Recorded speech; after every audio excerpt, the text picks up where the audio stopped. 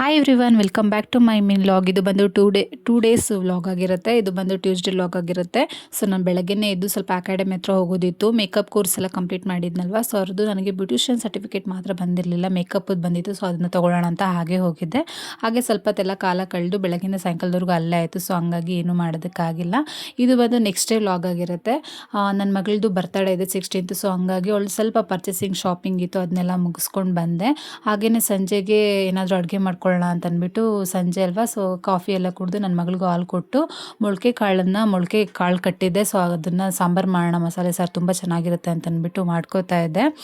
So ಅದ್ರ ಜೊತೆಗೆ ಮುದ್ದೆ ಚಪಾತಿಗೆಲ್ಲ ತುಂಬಾ ಚೆನ್ನಾಗಿರುತ್ತೆ. ಸೊ ಹಂಗಾಗಿ ಹಾಗೆಯೇ ನಾನು ಸ್ವಲ್ಪ ಕಾಫಿ ಕುಡಿದು ನನ್ನ ಮಗಳಿಗೆ ಹೋಮ್ವರ್ಕ್ ಎಲ್ಲ ಮಾಡಿಸ್ಬಿಟ್ಟು ಅಡುಗೆ ಮಾಡೋಣ ಅಂತ ಬಂದೆ. ಒಬ್ಬೊಬ್ಬರು ಒಂದೊಂದು ಸ್ಟೈಲಲ್ಲಿ ಮಾಡ್ತಾರೆ. ನಾನು ಯಾವ ರೀತಿ ಮಾಡ್ತೀನಪ್ಪ ಅಂದರೆ, ಇದಕ್ಕೆ ಈರುಳ್ಳಿ, ಬೆಳ್ಳುಳ್ಳಿ, ಟೊಮೆಟೊ, ಕೊತ್ತಂಬರಿ ಸೊಪ್ಪು, ಸ್ವಲ್ಪ ಮಸಾಲೆ ಸಾರಿಗೆ ಸ್ವಲ್ಪ ಟೊಮೆಟೊ ಕಮ್ಮಿನೇ ಹಾಕ್ಕೋಬೇಕು. ಮತ್ತು ಇಲ್ಲಿ ಸ್ವಲ್ಪ ಎಣ್ಣೆ ಹಾಕ್ಬಿಟ್ಟು ಒಂದು ಪ್ಯಾನ್ಗೆ ಇದಕ್ಕೆ ಮೆಣಸು, ಚಕ್ಕೆ, ಲವಂಗ, ಹಾಗೆಯೇ ಈರುಳ್ಳಿ, ಬೆಳ್ಳುಳ್ಳಿ, ಟೊಮೆಟೊ ಎಲ್ಲ ಕಟ್ ಮಾಡಿ ಇಟ್ಕೊಂಡಿದ್ನಲ್ವ, ಅದನ್ನೆಲ್ಲ ಹಾಕಿ ಸ್ವಲ್ಪ ಕಲರ್ ಚೇಂಜ್ ಆಗೋವರೆಗೂ, ಹಸಿ ಸ್ಮೆಲ್ ಹೋಗೋವರೆಗೂ ಚೆನ್ನಾಗಿ ಫ್ರೈ ಮಾಡ್ಕೋಬೇಕು. ಫ್ರೈ ಮಾಡಿಕೊಂಡು ಇದಕ್ಕೆ ನಾನು ಸ್ವಲ್ಪ ಗಸಗಸೆ, ಕೊಬ್ಬರಿ ಮತ್ತು ಲಾಸ್ಟಲ್ಲಿ ಕೊತ್ತಂಬರಿ ಸೊಪ್ಪು ಹಾಕ್ಬಿಟ್ಟು ಚೆನ್ನಾಗಿ ಫ್ರೈ ಮಾಡ್ಕೊಂಡು, ಇದಕ್ಕೆ ನಿಮಗೆ ತಿಕ್ನೆಸ್ಸು ಬರಬೇಕು ಅಂತಂದರೆ ಸ್ವಲ್ಪ ಕಡಲೆಪಪ್ಪನ್ನ ಸೇರಿಸ್ಕೋಬೇಕು. ನಾನು ಕೂಡ ಸೇರಿಸ್ಕೊಂಡಿದ್ದೀನಿ.